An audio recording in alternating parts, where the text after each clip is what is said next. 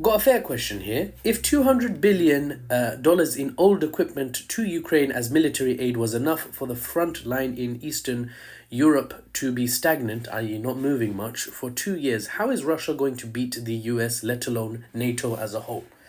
I would say Russia is definitely a threat to NATO, and I'll explain exactly why in detail if you give me a chance to explain my reasoning.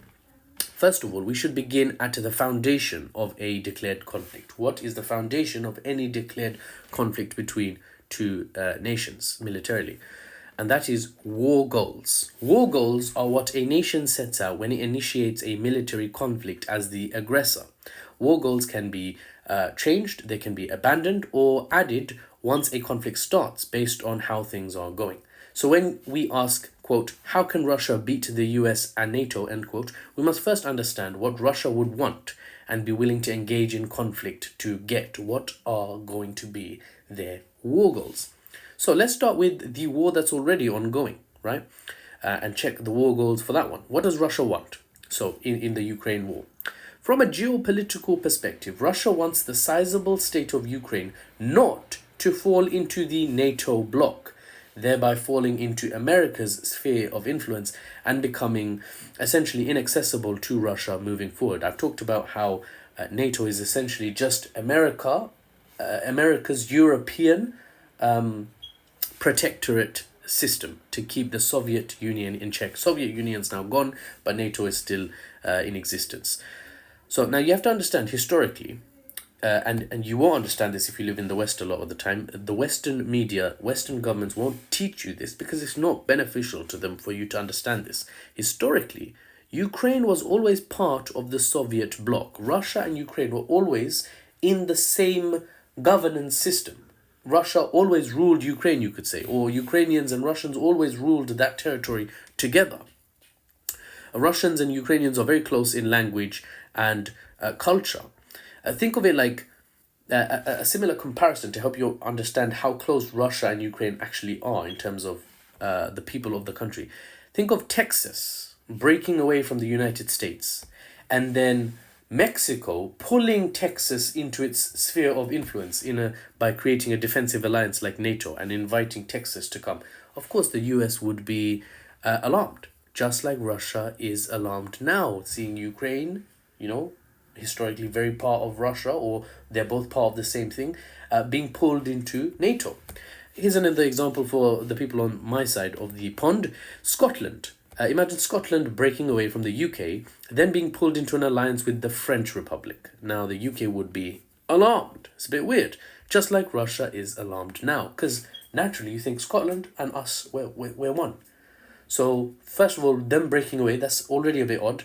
And then them being pulled into an alliance with a foreigner culturally, the French, even more odd. So that's basically what's happening in Russia / Ukraine. So what Russia wants in this war, this is what the Russian war goal is. Russia wants Ukraine to remain exactly where it is geopolitically. Or ideally, what they would love, Russia, is for Ukraine to fall back into Russian sphere of influence, like the good old days of the Soviet Union. Obviously, good old days is the Russian perspective, it's not mine. So all they have to do to win that conflict is to hold enough territory and continue pushing just enough to force an eventual peace deal out of Ukraine. Russia needs to wait just long enough for war support in Western Europe and America to drop below a critical threshold, at which point the governments of the NATO countries turn the tap of aid to Ukraine off, leaving the state to their fate, which is decided primarily by, of course, the Russian bear. That's what Russia wants. That's their war goals. With Trump taking power in 2025, that's very likely what Russia will get. Come back to this TikTok then when it becomes clear that America will not back Ukraine forever. The war will end and it will be at Ukraine's expense, or the expense of the Ukrainian government. So going back to how Russia would beat the US and NATO, I'll be brief, as we could literally go on for hours on this topic, but it's obviously a deep topic, but I'll be brief. It all boils down to what each side wants and how likely they are to get it. Russia would likely have war goals such as establishing a puppet Ukrainian state loyal to the Russian Federation. Okay, that one's already happening, right? That's the current war. Similar to Belarus is ideally what they would get. Future war goals that we're talking about, a future conflict directly with directly with NATO. First, let's talk about a future conflict potentially with NATO, which doesn't directly involve NATO, unless NATO does what they did in Ukraine. They sort of butt in anyway.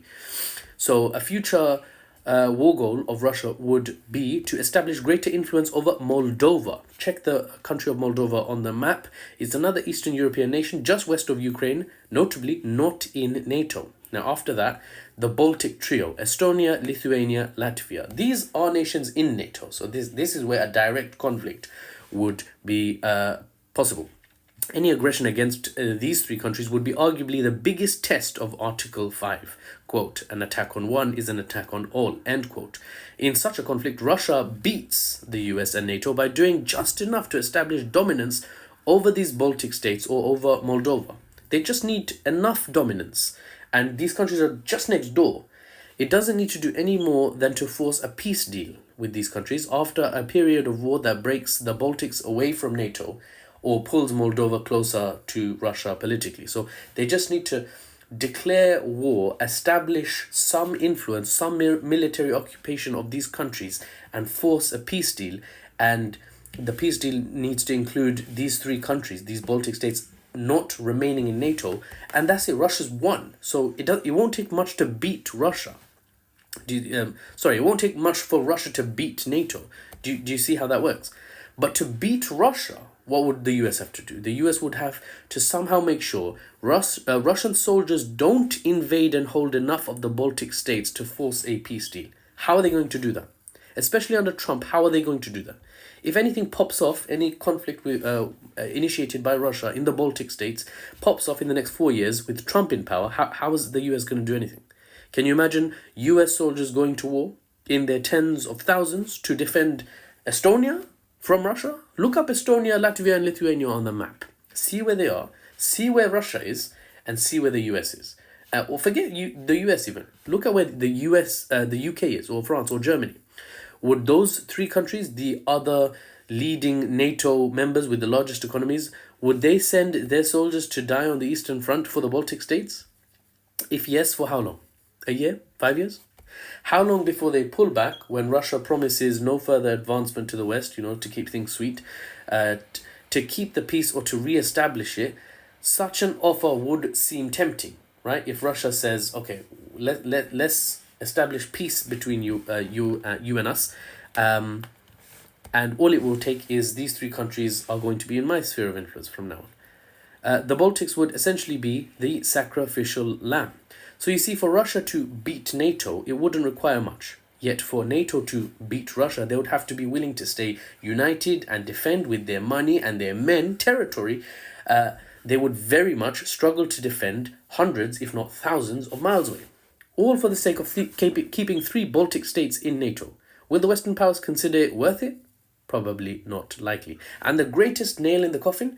Big Daddy USA is likely to be pulling troops out of Europe and the Middle East and not adding to their numbers. The growing trend you will see, that's the growing trend you will see in the next 10 years. Deploying troops in Europe, the US deploying troops in Europe would be very unlikely, because the greatest threat to the US on the geopolitical stage is not the Russian bear of Eastern Europe. For the greatest threat to the US, one must look even further east, to the Asian giant, the Chinese dragon. A far more formidable adversary than the bear. Get bogged down fighting the bear and the dragon will fly free and you'll get burnt very badly. The US won't risk that, so Western Europe will be on their own. And that, ladies and gents, is why Russia is a formidable opponent for NATO and actually stands a chance of winning, because what Russia wants, it can take relatively easy.